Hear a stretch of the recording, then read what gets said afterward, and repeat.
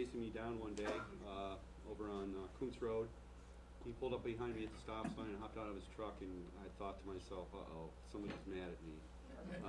Because occasionally we do upset people, not because we want to, but sometimes people go, what the heck are these guys up to? So again, thanks for coming. I do see some familiar faces, Chris and Shirley and Don. And I'm glad Mr. Littleton came. We actually did buy some property from him. I'm not sure if it was one of the first or second, but I'll run through the history of how all this kind of came about. Jim Bissell is the director. He's the curator of botany and the director of the Natural Areas Division at the museum. How many people, first of all, have ever been to the Cleveland Museum of Natural History? Not bad, not bad.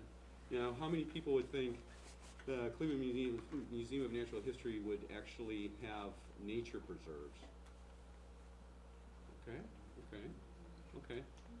Because I think we're one of two museums in the United States that actually do have preserves, nature preserves, for educational purposes and scientific research. We're just a little, this year we went over 5,000 acres, which is not terribly big when you compare it to places like Cleveland Metro Parks, which has 17,000 acres. Summit Metro Parks, I really don't know how much, but I'm sure they're bigger than we are. So I just want to take you, obviously we'll look at Singer Lake and some of the plants and some of the creatures. And Renee, I did not look to see where the snakes are. So when I'm getting close, I'll let you know. Well here, let's go here. Okay, this is basically describes the natural area. Am I in the way? Yes. I guess maybe I'll sit down. Our first preserve was actually acquired on Kelly's Island in 1955, and there was a company called the Kelly's Island Land Company back then. They gave us, I think it was 76 acres, and we actually divided up, or actually ended up with 3 different preserves on Kelly's Island. We now have 6 on Kelly's Island, and we're, I think, going to get one more. So, yeah, this is just updated. We have 40 preserves from Kelly's Island in the west to Keitlinger Preserve on the Penn State line in Ashtabula County. Summit County, or obviously Singer Lake, that's our southernmost, and we go all the way, we're in Huron, Lorain, Erie, Summit. We don't have any in Cuyahoga. Lake, Ashtabula, Geauga, Trumbull, and I think that might be it. But again, 40 preserves. And the foundation of the areas that we want to protect, the reasons is that we're not just looking per se to protect land. We are, from development. I mean, we are, but we're really looking for remnants of native habitats that were present, like it says, prior to settlement, which is what, 1700s, 1750s, that have somehow managed to come through pretty much unscathed by either man or climate change or logging and all those kinds of things. So I look at our preserves as, like, when you go to the museum, you look at static exhibits of dinosaurs or African savanna, something like that. These preserves, to me and to us at the Natural Areas, are like exhibits, but they're not static, they're living. They provide habitats for many, many organisms and plants, flora and fauna, that in many cases are either rare, endangered, or threatened, or may become at some date. So that's basically kind of what we are all about here. And then real quickly, the protocol is kind of what I touched on. It's just, yeah, I forgot to mention, we do a lot of work in northwestern Pennsylvania too, with the State Department of State Department of Conservation in Pennsylvania and Presque Isle State Park.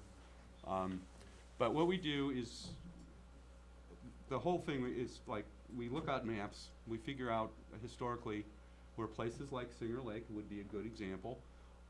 We go, what's here now? What used to be there? Yeah, because if it's not being used by man, you go, something, it must not be buildable, things like that. So we send out teams to go and investigate, see what's there. We talk to a lot of private landowners, obviously, and get their permission to go and check what's there. Once we do that and things come together where we think it's viable, number one, and harbors organisms that, again, are rare, threatened, or endangered, we move along into acquiring either donations, writing grants, or outright gifts for these properties that we have. We do write a lot of grants because we're a nonprofit, so we're always out, asking for money. So we have an active conservation outreach program, which Judy and Larry Roche, who lives in Kent, and Judy lives over in Uniontown, do a lot of work, local communities, looking for these places, helping landowners realize what they may or may not have on their property. And if they're interested in protecting it, it doesn't mean they have to come into negotiations with us. They may just want to put a conservation easement on their property to protect it for the future. And obviously we work with a lot of other organizations, park districts, the Nature Conservancy, the Cleveland Botanical Garden, the Holden Arboretum, as I said, state agencies in Pennsylvania. It's a regional approach. The Western Reserve Land Conservancy, too, I should mention. We do a lot of work with them. It's just a regional approach, a cooperative approach to, maintain and restore native habitats in perpetuity, if we can do it. And this is just a summation of so far. This list will change over time. Some plants or fauna will be taken off, and others will be added. But as right now on our preserves, 101 rare, threatened, or endangered plants, 101 rare, threatened, or endangered fauna. That's turtles, dragonflies, all the any fauna you could think of. Lots of insects. Lots of birds as well. 4 species of freshwater mussel we have in the Grand River in Ashtabula County. That's one of the best remaining native mussel streams in northeastern Ohio. I used to call them clams, but they're mussels. And then 10 species of dragonflies and damselflies. And Singer, I think, will run through this. They have a fair number of damsels and dragonflies. Okay, and this is another aspect. Once we do identify a place, whether we acquire it or we put an easement on it, if it remains in private hands, if it's important enough, it has enough ecological meaning, we go about this whole protocol here of invasive plant management. And I don't know, this is a new and growing subject that I think people are starting to get the idea about how introduced plants, mainly from Asia and Europe, have come over, through the years since people started coming over from Europe in the 1600s or 1500s, how they have changed the natural systems that were pretty much pristine. The interactions between invasive plants who, once they leave their native land, no longer have the controls, be it insect, climate, soils, that would keep their populations in check, in a balance, let's say. There are so many plants now that we face, I can run through a list, there are some brochures out on the table, that are, what they do is they establish themselves and form monocultures and they outcompete native plants and just totally transform the landscape. All of the organisms that depend on native plants here, those native organisms slowly disappear because the niches that they use, the food that they depended on, the chemicals in some of these plants that are invasive, they can't handle it, and these species just end up dying off. Birds, the structure in the forest changes, so your diversity of bird populations, bird species declines. So this is what a lot of work that we do, and it's pretty intense. Every summer I have 4 or 5 conservation interns from college and high school, and they have a good time. They get real dirty, and it's an ongoing thing because there are so many people working on the invasive subject of plants and animals as well. You've heard about the zebra mussels in Lake Erie and the Asian carp that'll be coming soon. This is not quite as dramatic, but it's an over time thing. And if you look, you know, first invasion, say, of garlic mustard or Phragmites, you know, you see a little bit here, 10 years later, you turn around, it's everywhere. And that's what we face in many of the situations. A lot of the preserves we have don't have big problems. Some have historical, like Menor Marsh, which is all Phragmites. I don't know if you're familiar with the fires that we have up there occasionally. That marsh up there, Menor Marsh, used to be a swamp forest, believe it or not. Now it is just a monoculture. It looks like a you know, a factory farm for Phragmites. There's nothing else there. So, and we are actively trying to restore some of that. So it's a lot of work, and it takes a lot of time, and unfortunately it takes a lot of money. But I just want to let everyone know that we don't just buy something or acquire something and sit there and watch it. We actively manage. Okay, so then some of the plants here at Singer Lake, real quick. The keeled birdreed, that's a threatened plant in the state of Ohio.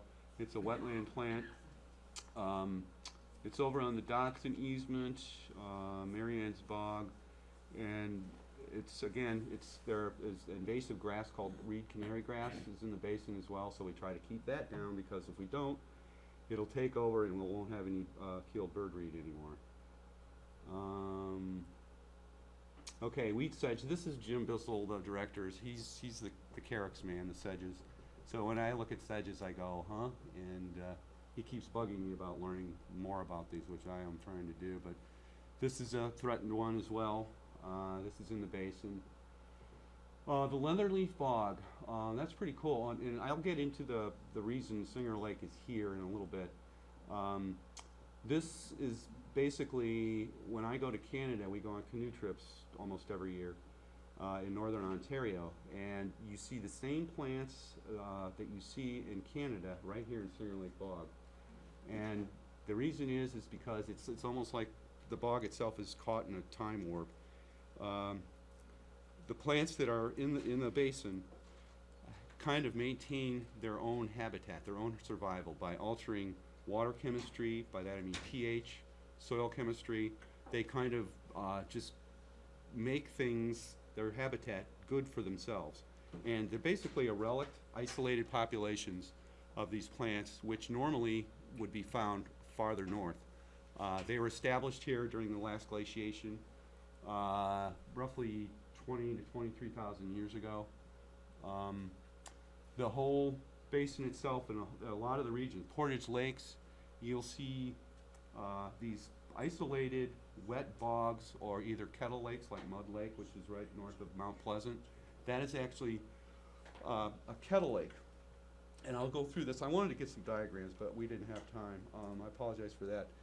What happened when the glaciers went through 20,000 years ago? We had two lobes, one coming from the northeast, which was the Grand River lobe, and one, the Kilbuck lobe, coming from the southwest. I'm sorry, northeast and southwest, and they kind of collided right over the city of Greene. And this is again 20 to 23,000 years ago. And then they started to recede. This is the Wisconsin and glacial stage, the last glacial stage. And once they started receding and melting, all of the debris that they had scraped, which is now sand, gravel, silt, boulder erratics, which actually are Canadian shield boulders that you'll see sometimes, actually came from Canada. All these glaciers originated in Labrador. And so when it started melting, it started outwash. And if you look at, I'll show you in the aerials, the basin of Singer Lake is surrounded by what we call cane or outwash canes. It's just a term for where remember this ice was 500, 600 feet thick, if not more, and it's receding and it's melting, and all the debris that it had scraped is now starting to be washed around the ice that's retreating. So you can imagine in the basin of Singer Lake this big chunk of ice slowly going northward, and around it all this melting stuff just being washed in. And sometimes big chunks of ice would break off and just lay there. and the outwash, the sand and gravel, would surround them just because of the flow of water. Remember, there's lots of water coming off these glaciers. And over time, the glacier recedes, you've got all these big piles of sand and gravel, the ice chunk melts, and all of a sudden you've got this big hole, and it fills with water, and it's called a kettle lake. And that's what Mud Lake is at Singer Lake, and you see these depressions all over Stark, Summit, not so much Summit, Portage, Geauga, and that's where you find all of the sand and gravel quarries that you see when you're driving around. There's one down by Kent, there's one up by my house in Bainbridge Township in Geauga County. So that's kind of how all this was formed, and you had these plants and these organisms left, even though the climate obviously warmed, but they're able to sustain themselves in this depression. Again, under these acidic, mostly acidic, bog is acidic conditions, soil and water conditions, and they're acclimated to it. This one, I think, is also endangered. There was a list in this PowerPoint with all the threatened, endangered, and rare, but I just thought, just to give you an idea what's out there. This is bog buckbeam. This one, I think, is threatened. It grows right out in the bog, and again, it's growing in this water. It's just remnants of a community, low umbrella sedge. That one I don't know about. It's probably threatened or endangered. I think Singer probably has the most species of plants that are threatened, endangered, or rare on any of our preserves, and it's basically because of this bog habitat. Virginia Meadow Beauty, this is over in the Deer Pines subdivision. We have 4 ponds over there, which again are all, I think, glacial kettle lakes that we retained even though the subdivision was built up around them. This one is threatened. Tall St. John's wort, I think, is either possible or it's going to be up for review. They review these lists I think it's every 3 years. All the botanists in Columbus get together and decide if someone's going to go on the list or if someone's going to go off the list. Again, I'm trying to get across the diversity. This one is endangered, male fern. Just the diversity of the plant life, and I'll get a little bit into the faunal life here too. Bog willow, that's endangered. This is around Mud Lake off of Mount Pleasant. To get to it, you have to swim, and we do swim in Singer Lake in the bog because it's not that we want to. Either you're walking along on the bog mat and you just go through, because when you're walking up and down. I mean, if you want to call it soil, it's probably 10, 15 feet thick, but it's floating. It's literally floating. So you're out there bouncing around, you take a step and you're gone. We did a field trip 4 years ago, I believe it was, and we took some people out into the bog mat, and we kind of we were apologizing a lot to say when we got back. A lot of us got poison sumac, which is out on the bog mat. That's a good indicator species as far as, if you see poison sumac, you go, aha, that's either a fen or a bog. At least that's what I look for. And then you go and you say, let's look around. But yeah, it's pretty tricky to get around on. But it is fun. Yeah, here we go. This is Leatherleaf Bog, and that's a field trip. And you're walking. It seems like they're happily just bouncing along there, but you can't see that the water right now is up to their knees, and they're all following a trail. But there are little holes everywhere, where if you take a step, like I said, your leg is gone. Then you have to get a bunch of people to pull you out. So yeah, this is another instance. It's just in that one section of the basin. It's all leatherleaf bog. It's a big area, and I'll show you that on the aerial. Okay, cotton sedge. This is a threatened plant that grows in the leatherleaf bog. It's pretty cool. And this is a cool one too. And this one, the pink lady slipper, is not ranked, but it's one that deer love to eat. So they're disappearing rapidly.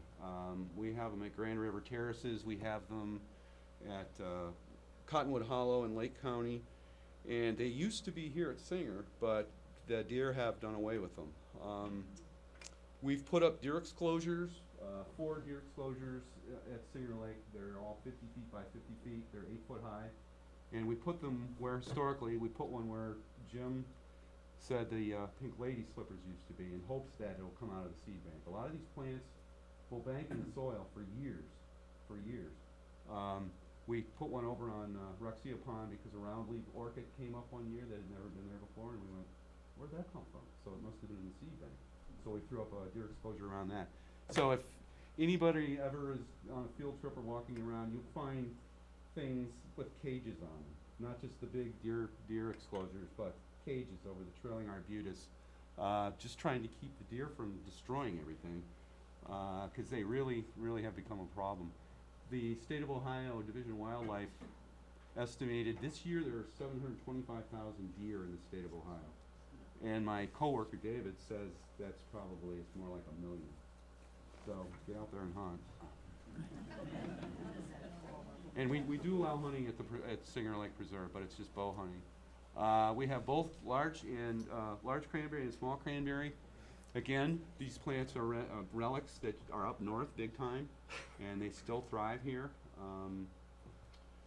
The spotted pondweed, this is in the basin over at Mary Ann's Bog. These are threatened again. And I know when you say a plant is threatened, it's just, it probably, you know, at one point was more, the populations were bigger, scattered around in all these glacially created wetlands in Summit and Stark County.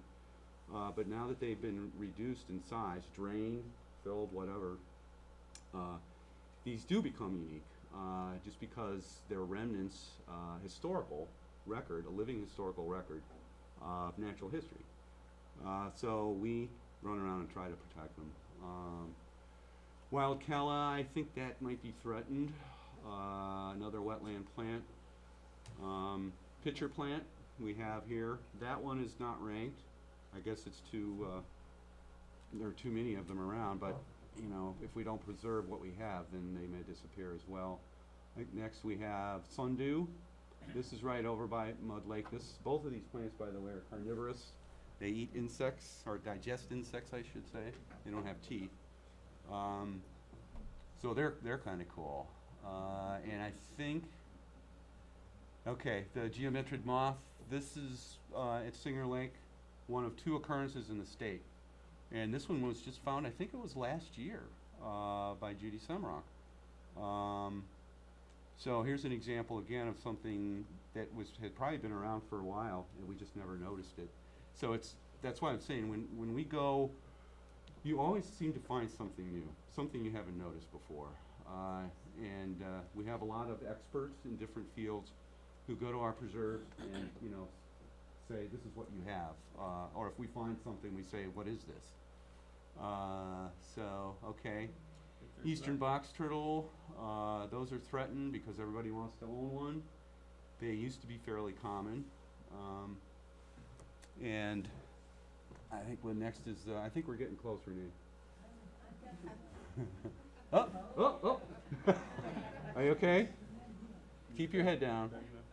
Okay, box turtle. I thought that we were going to have a spotted turtle there. This northern water snake, they're common. There are 2 species, if not 3. You have the isolated population on the Lake Erie Islands, which is a subspecies. The Lake Erie Island water snake. This is, I guess you would call the mainland. So they're fairly common, part of this ecosystem. The ribbon snake, again, not real common, not like the northern water snake. And this is so far what we've been able to observe at Singer Lake, and I'm sure, I hope, some other people here tonight might have some stories to tell of what they've seen. Virginia rail, that's a threatened bird. A lot of birds stop by. This is another thing. Migrating birds at our preserves, even on Kelly's Island, that's a great place. Kelly's, some of the preserves are what I would call ecologically in bad shape. They need a lot of work as far as invasive plants. However, migratory birds still use these areas to rest and feed before they go to Canada and north, and same on the way back down. So they're stepping stones. I think it'd be cool if the museum, because we do a lot of programs, you know, in Mexico and South America, it'd be cool to have, you know, preserves all the way down to, I don't know, Brazil. I know there are, but it'd be neat to, you know, connect in a cooperative way, everybody, to see that these migratory species have places to go when they get there and places to go when they come back. Oh, and the great blue heron rookery, it was there, gosh, for the last, I'm going to say the last 2 years or 3 years. All the time, you know, 6 years before then, I've been around 8. We had at least a 50 nest great blue heron rookery over below the house on Coons Road.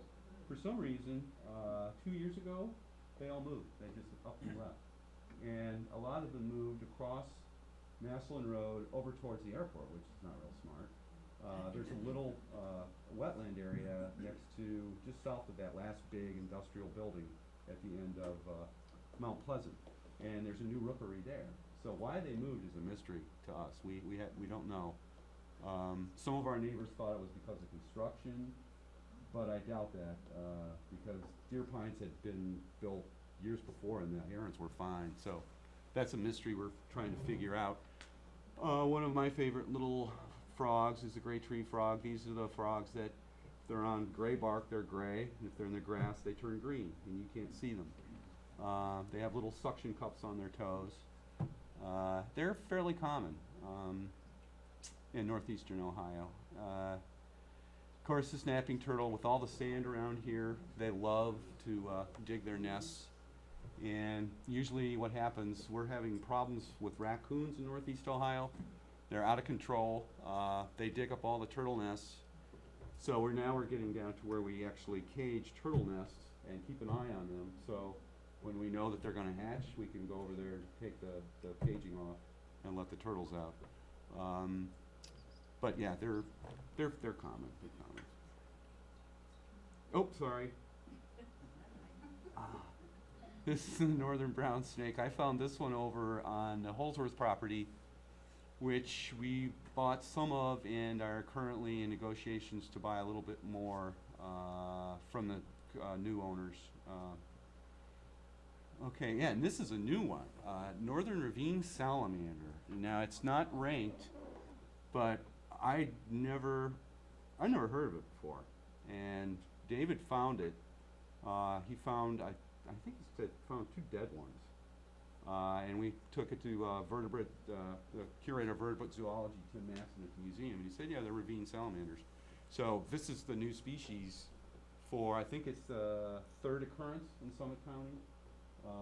And it's obviously the first one for Singer Lake. And barred owl, this is an immature that I took a picture of maybe 4 years ago. Really friendly. Mom and Dad were flying over us, just going, you know, what's going on here? And he's like, go ahead, take my picture again, take my picture again.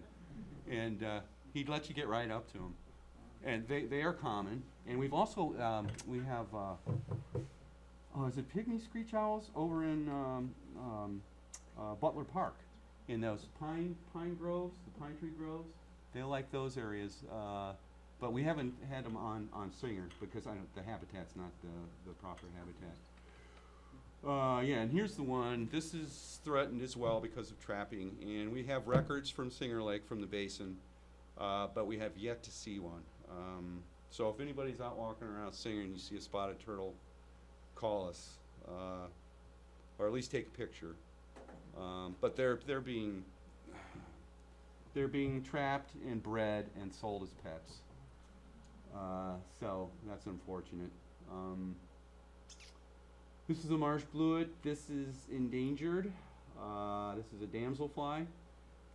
There you see is a mating wheel. Male's on the top and the female's upside down. Again, I think this is a new find 2 or 3 years ago. Larry Roche is our resident dragon and damselfly expert. Ooh, what happened to that? Wow. I don't know what happened to that.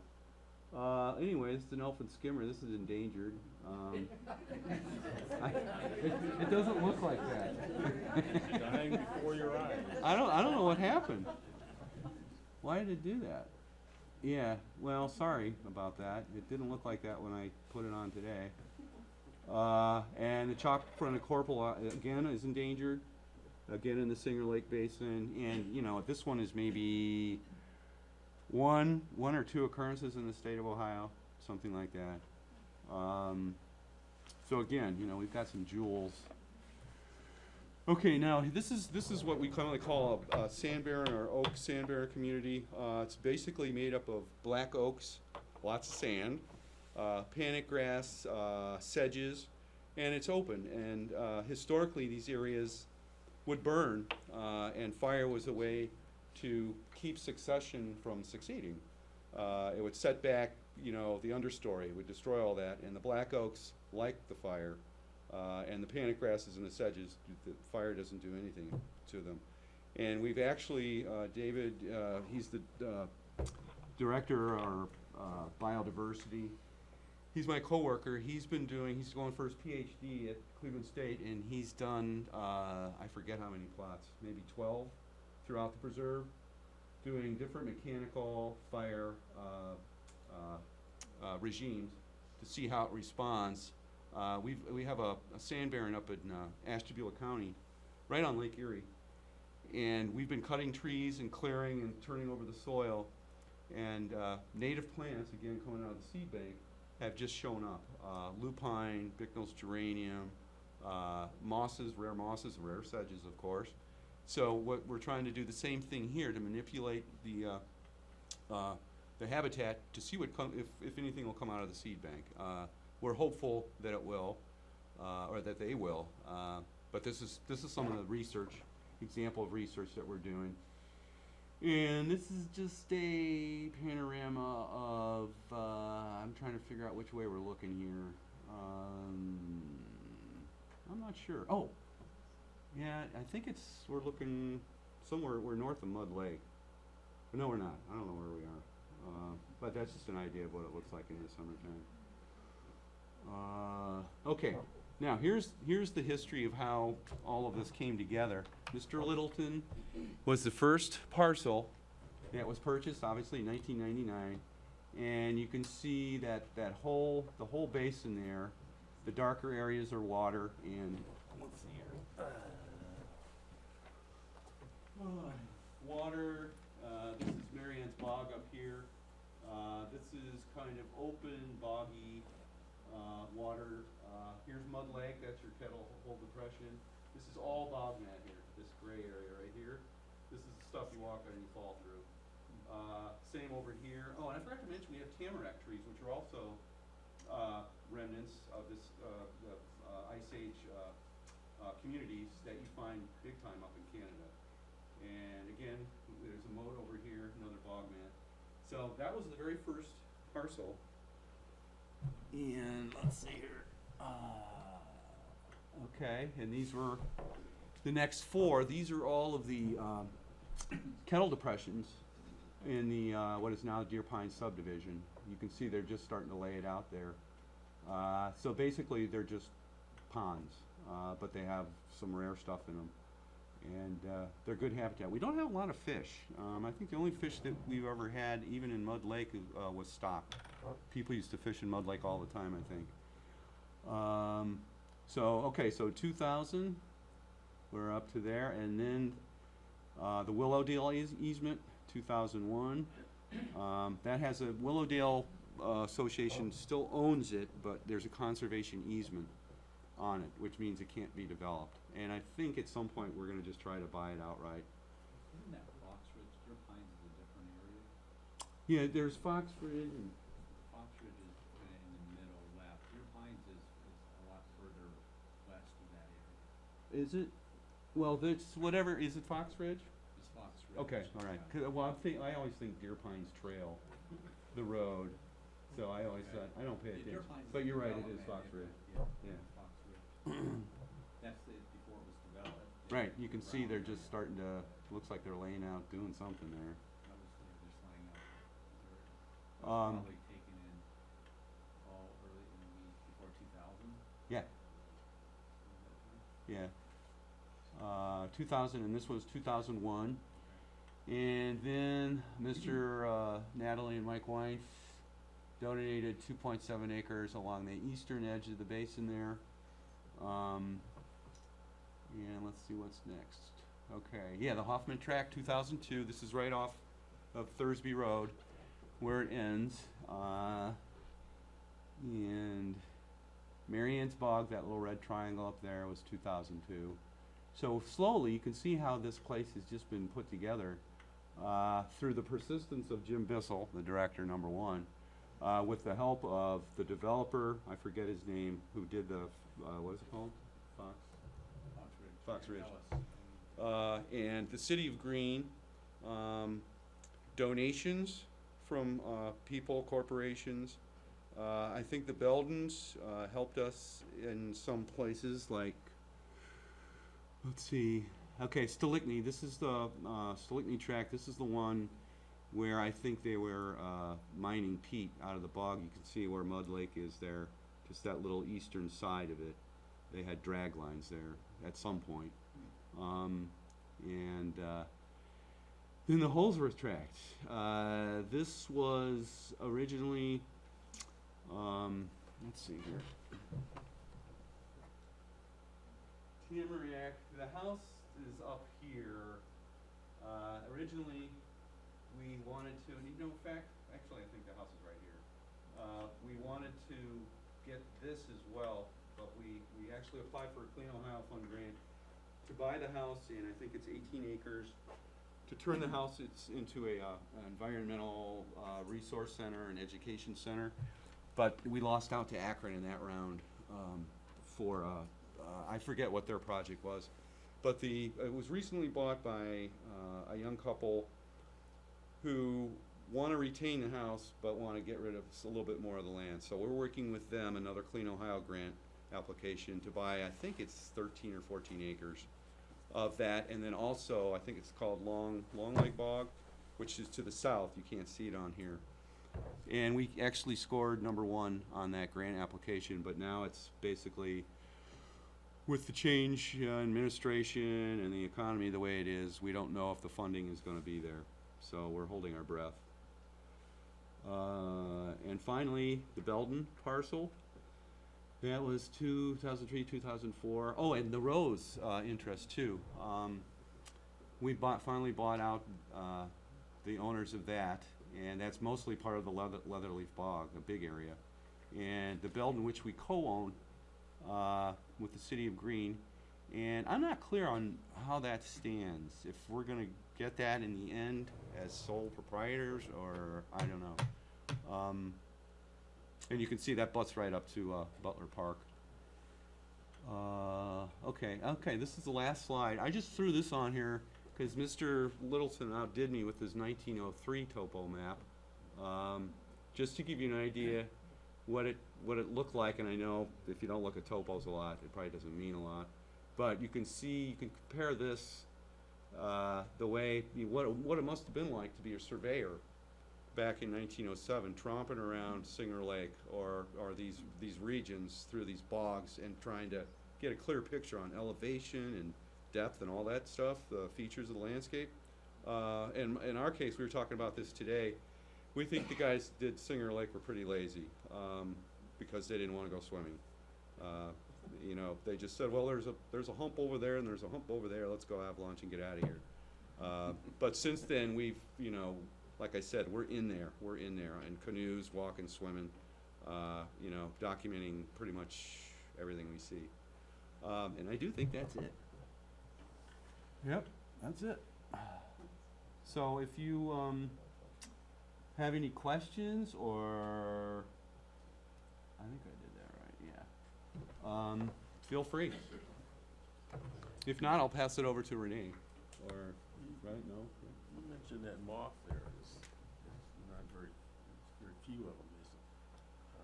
You don't consider that as an invasive species? species? I'm sorry, the what? The moth. No, You it's, said it's not, no, it's a native species. It's been here all along. that it- Yeah, yeah. It's just that, that's what I'm saying, things are around, they may not be common, but they're native. And it's just a matter of circumstance whether or not one day you happen to find it. We do, how do you distinguish them being native? because through historical records, you know, that go back to whenever, 1620s. They, the historical records like the Ohio Natural Heritage Program for Ohio, they document flora and fauna back to the beginning when they started doing this stuff. And they're not native to Europe, they're not native to Asia, so they're native to here in Ohio. That's what the lepidopterists say. I'm not a lepidopterist. But what I was gonna say is that they have field trips over at the farmhouse at Singer Lake in the summer, and they take black lights, and you just sit out there and watch the moths come. And that's one of the ways they get them to, you know, they trap them and identify them. With black lights. Black lights, yeah. Oh, well, and maybe that's why we didn't find any this summer. We didn't use black lights. Oh, really? Okay. Go ahead. Same. You might wanna discuss a nature hike or conservation hike in December and let the people here know what kind of discounts they get because they're at this meeting. Oh, really? How'd that happen? There is a hike in December, or, Okay, with the museum. yeah, the Okay. museum hike. Okay, yeah, all right. And I thought you might wanna tell the people what kind of discounts they get for that hike. Oh, I don't know if they do. You know, I'm not the one that schedules the field trip, so. Oh, you're not, Oh. there is a Yeah, yeah. there is a field trip, I Yeah. think it's the 14th. No, we have somebody in the office there that does all the scheduling and if you remember, you get our newsletter and fast tracks, and actually you can go to our website as well for field trips. Usually there's a small minimum charge if you're not a member to go on some of these trips.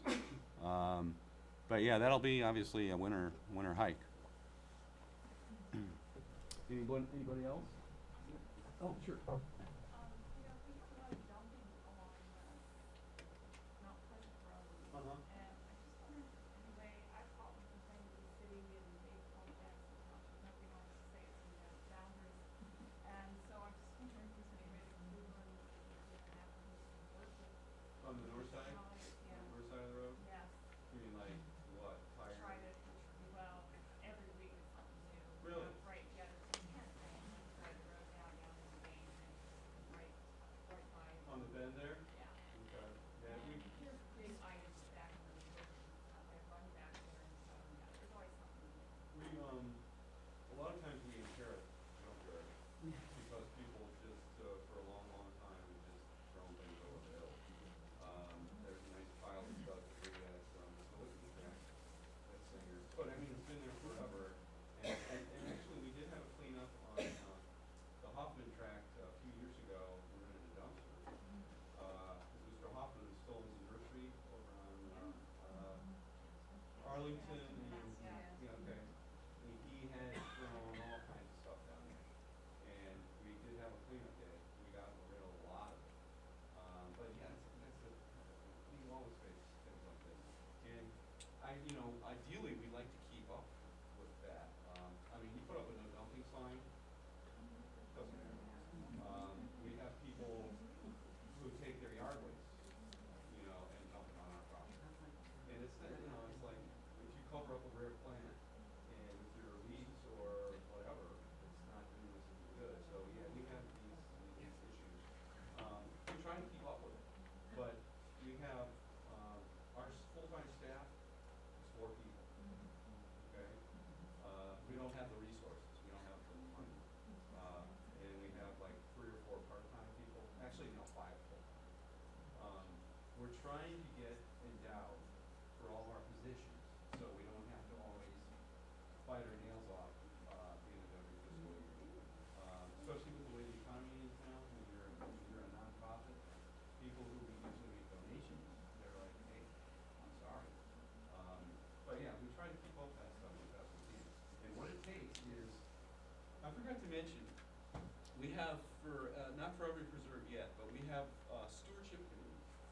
Singer is a great example of, people from the museum and our neighbors.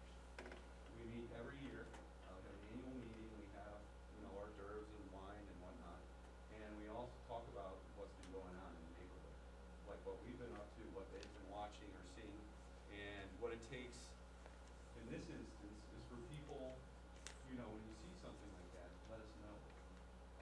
And I can give you contact information. I think I have some business cards in the truck. But it's just staying in touch. And we try to do that, believe me, we really do. But it's just, we don't have a police force. We don't, we're doing the best we can with what we have. But our goal is to get it down, so we can actually have more people to work with. We've spoken of the property off of Tamarack and the museum trying to acquire that and maybe the educational center? Well, we Or- did try. Right, is that in the plans in the future or someplace around this? Well, we'd like to, we were thinking about, the house at some point on Coons Road. But that's, Century Home and, we're talking down the road, it needs a lot of work. But could be, one place. Yeah, ideally, cause the house at the Holsworth track was perfect. Yeah, I've seen that property. Yeah, It's beautiful yeah. setting. I mean, we had, cause we do field trips, in Menor Marsh and at the museum, school systems regularly during the school year. They come in either to the marsh or to the museum. And we thought, since we really don't have any representation down here in a brick and mortar sense, that would have been great. It could have been, even for the local school districts, it was just an opportunity, that, like I said, we just came in second. And Akron won, that round, so. You win some, you lose some. Sure. Is there an entrance to the Singer Lake Pond? Well, There was a path up Deer Pines there, but it seems to have grown out. yeah, well, we let things grow over. We were having some trouble at one point with ATVers going down there. They'd actually parked their truck and their trailers right on Deer Pines Trail. Take them off and just go right into the preserve. So I put up signs, what that doesn't do any good. We put logs across the trail. Well, to answer your question, Singer Lake is not really open to the public. Actually, the only preserves, I'm not saying that it's not open, you just need permission, to go. Menor Marsh is just, you can go, it's open to the public. The Sand Barrens are in Ashtabula and North Kingsville. There's a trail there, that's open to it's an interpretive trail, that's open to the public. And Shealy Preserve on Kelly's Island is open. There's a trail. But if anybody ever wants to go, and not just Singer, for a hike or whatever, we just ask that you notify us. Because we do have neighbors that will say, hey, somebody's on your preserve and they shouldn't be there. And so we just want to know. Just say, hi, can I, and you don't have to call every time. Just, permission. Renee Baranka is in charge of all of the permits and whatnot. So that's all it takes. That's all it takes. And if I see somebody jogging, I'm not gonna kick them out. It's just, if people look with the ATVs or they're, just doing stupid stuff, then we ask. This time of year, Renee said it's not a bad idea to wear like fluorescent Yeah. colors, cause there are hunters. Yes, yeah. So, yeah, keep that in mind. And to be honest, I don't know how many hunters we have at Singer, maybe 7 or 8. So, and it's not that big of an area when you think about it, so. But yeah, the entrances, you can go in off Deer Pines, but if you go, the Holsworth driveway, Tamarack, that's actually a private drive. So he'll let us go back up through there, cause you're actually going through private property. Before it was okay, cause the house was empty for a long time, or no, it was being rented. Let's see, where else can you go in? You can go in off of Thursby Road, through the Hoffman track. There's a little trail there with a wire rope across it. And you can follow that road, it'll take you all through the whole preserve. I think that's basically it. Cause there aren't any trails other than the old roads that have been there forever. those dirt roads. So, and I'm assuming those were put in for logging at one point. I know there are some borrow pits in there where they did take sand and gravel out. So, sure. I always know that as Mud Lake, but where did the name Singer come from? Oh, you know what? I have no idea. But no, surely the reason, there's a family that lives across the street, a little bit west of the Blue House on Coons Road. And we were working down below the guardrail one day, and a young teenager comes over and he goes, do you guys know why it's called Singer Lake? And we went, no. And he goes, well, my mom or somebody, he said, somebody drowned in it or something like that. And I guess his or her name was Singer. So I don't know, because it's on the topo, I think, yeah, 1907. I'm not sure if it's on Mr. Littleton. Maybe Mr. Littleton will have something to say about that, but I really don't know. I really don't know. It'd be cool to find out. Anybody else? You say you own that area off next to Bettler Park? Marsh area back there? Bettler, you mean? Bettler and Southgate, you know? Let's see if I can run down through this real quick. Somebody spent one time in the park. It's a nice marsh off in there. Like, You mean west of Bettler Park? yeah. Well, Yeah. I don't know if it's west, but it's Southgate and the. that Which marsh one area was there. it? Was it this one? There you go. Next one maybe. Yeah, I think that's what he's. No, that's Hoffman. Oh, okay, the other, Yeah, Bettler or East of Southgate, you that. know, either. That's okay. It's the next one. I think. It's Nope. Next one. big difference. Yeah. There you go. Yeah. Here's Butler Park is right here. There, right, and here, I believe. Yeah, that would be. Yeah. So we're right here. Well, that's good. That's nice. And yeah, this is part of Butler Park. Or is Yeah, that that's what I'm talking about. Yeah, South that's, Farm? yeah. that's Southgate. Yeah. Okay. Southgate, okay. yeah. They park north of there. Yeah, I actually went over in this area. This is where the screech owls were. They asked me to mark off trees that we wanted to save because the park was going to put in a frisbee golf range. Yeah, Did they ever do that? yes. Oh, Yeah, they okay, did. okay, Yeah, they did. okay. You gotta bring your own. Yeah. They don't have frisbee rentals? No, Okay, it's a disc, you gotta bring your own disc. okay. All right. Renee? I think that's it. Yeah. Thank you. You're welcome, quite welcome. Thank you for the invitation. Excellent. Thank you.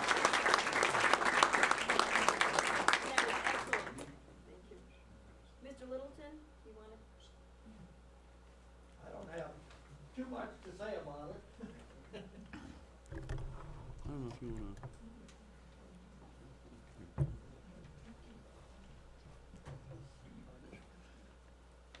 You wanna come up here? As far as I can determine, my parents bought the farm in 1927. The land was originally owned by Agnes Benthoff and transferred to Samuel and Mattie Greenhoe in 24. In 25, Clara Oberholtz transferred plots slightly less than 8 acres to J.C. Hunker, Hunker. 5 parcels were brought from Greenhoe, Oberholtz, Hunker, the Coons family for a total of 98.84 acres. We did not call the farm a bog, we called it the swamp. The swamp provided most of the fun for me. We trapped mink, muskrats, and my chore every night after school to skin and stretch the skins on boards. We coon hunted gig frogs, captured turtles, made turtle soup, caught many catfish. Rabbits and pheasants and ducks were plentiful.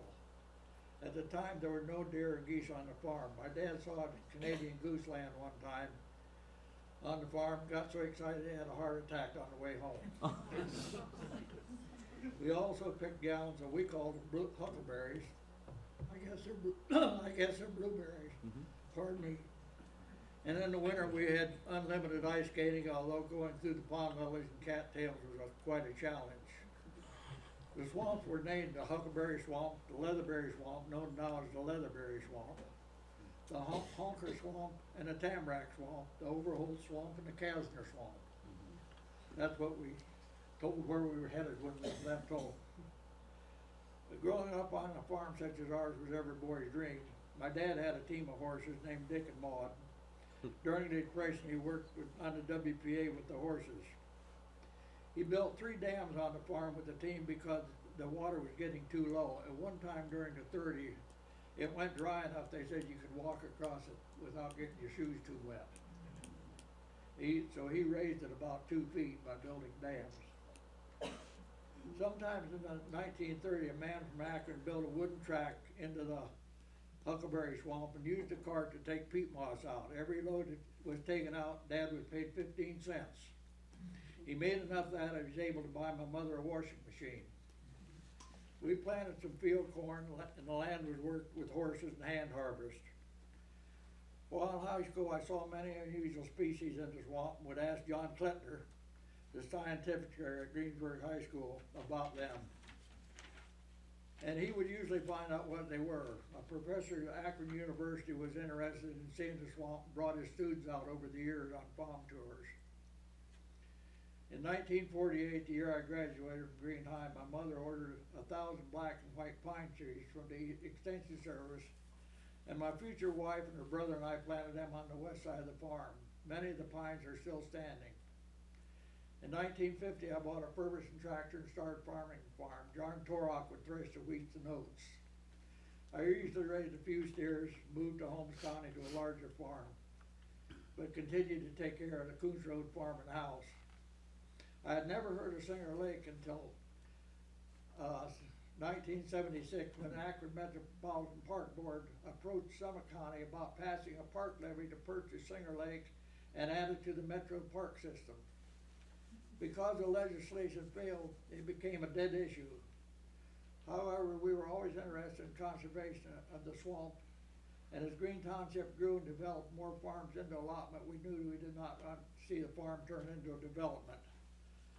I'm not sure how the Cleveland Museum of Natural History became interested in Singer Lake, and that's all I know about it. Any questions I can answer? So you don't know how it got called Singer Lake? Don't know. Okay, so. In 1930, it went completely dry. Oh, really? To where you could walk across it, and then the floating cattails, when the water came back up, a layer of moss Okay. came up with it. Well, I noticed this summer was very dry. Those 4 basins over in the subdivision there, but they still had water in them. But we put water gauges in that were 2 feet above the bottom, and they were all totally exposed. So it does go up and down a lot. So he built a dam there, you know, and then there was two back on Kastner he built. Oh, I'm glad I got to meet you finally. I have a Okay. question. Questions, Jordan? I wanna know what you put in your turtle soup. It was actually vegetable soup with turtle meat. What kind of turtles? Huh? What kind of turtles? Snappers. Okay. I never saw that, one of those Spotted? turtles, by the Okay. way. What it tastes like. It's good. Chicken. We came home, I'd been working one day and I came home, and my son and his cousin, I suppose, how old were they, Bonnie? 10 or 12 years old. And they had snapping turtles tied to the trees down at the swamp. They couldn't carry them. They weren't big enough. They'd got strings and tied them up. Okay. So you had to go get them? I had to go get them. I like that fishing line you had at the time. Light a fuse and throw it. Oh, yeah. That made some of the bogs deeper. Yeah.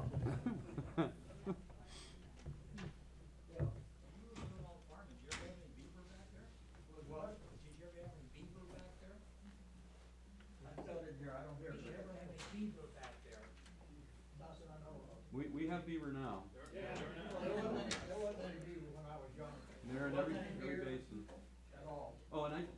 I just wanted to say, if I could, some people, they see the beaver and they're starting chewing on their trees, they call us and say, come get the beaver.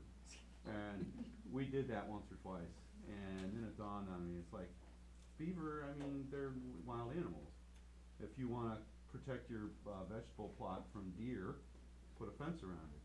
So we just say, if they are a problem, two options, you can hire a trapper during trapping season, they'll come and get them for free, or put a fence around your tree, and that'll keep the beaver away. But yeah, they come and go, yeah, they're in every basin now. And they actually help us keep the forest in check by making these openings, which is what we want. So they're part of the natural rhythm of the life cycle here, and I'm sure they've been here forever. You commented about how many deer are in the state of Ohio or around here. Do you know how many raccoon are? Because we trapped 14 in a short span, and have a hard trap, so I know there must be, and I think I got everyone in green, but I mean, then I see on the roads, so how many raccoons are around? Well, I don't know, but it is an emerging problem, and I think I mentioned this briefly. We have, I haven't met you yet, but David, when I was talking to today, there's someone locally, a retired, Ohio Department of Wildlife warden. Okay, no, I wasn't implying it was. He's gonna be coming down to Singer Lake to trap, raccoons. Raccoon populations have taken off because we've given them the habitat they love. Garbage, places to hide, food, gardens, you name it. And unfortunately, they're vectors of disease, distemper, and they've just gotten too much like the deer. So we actually were trying to get people to trap them, and then I guess dispose of them. And you're right,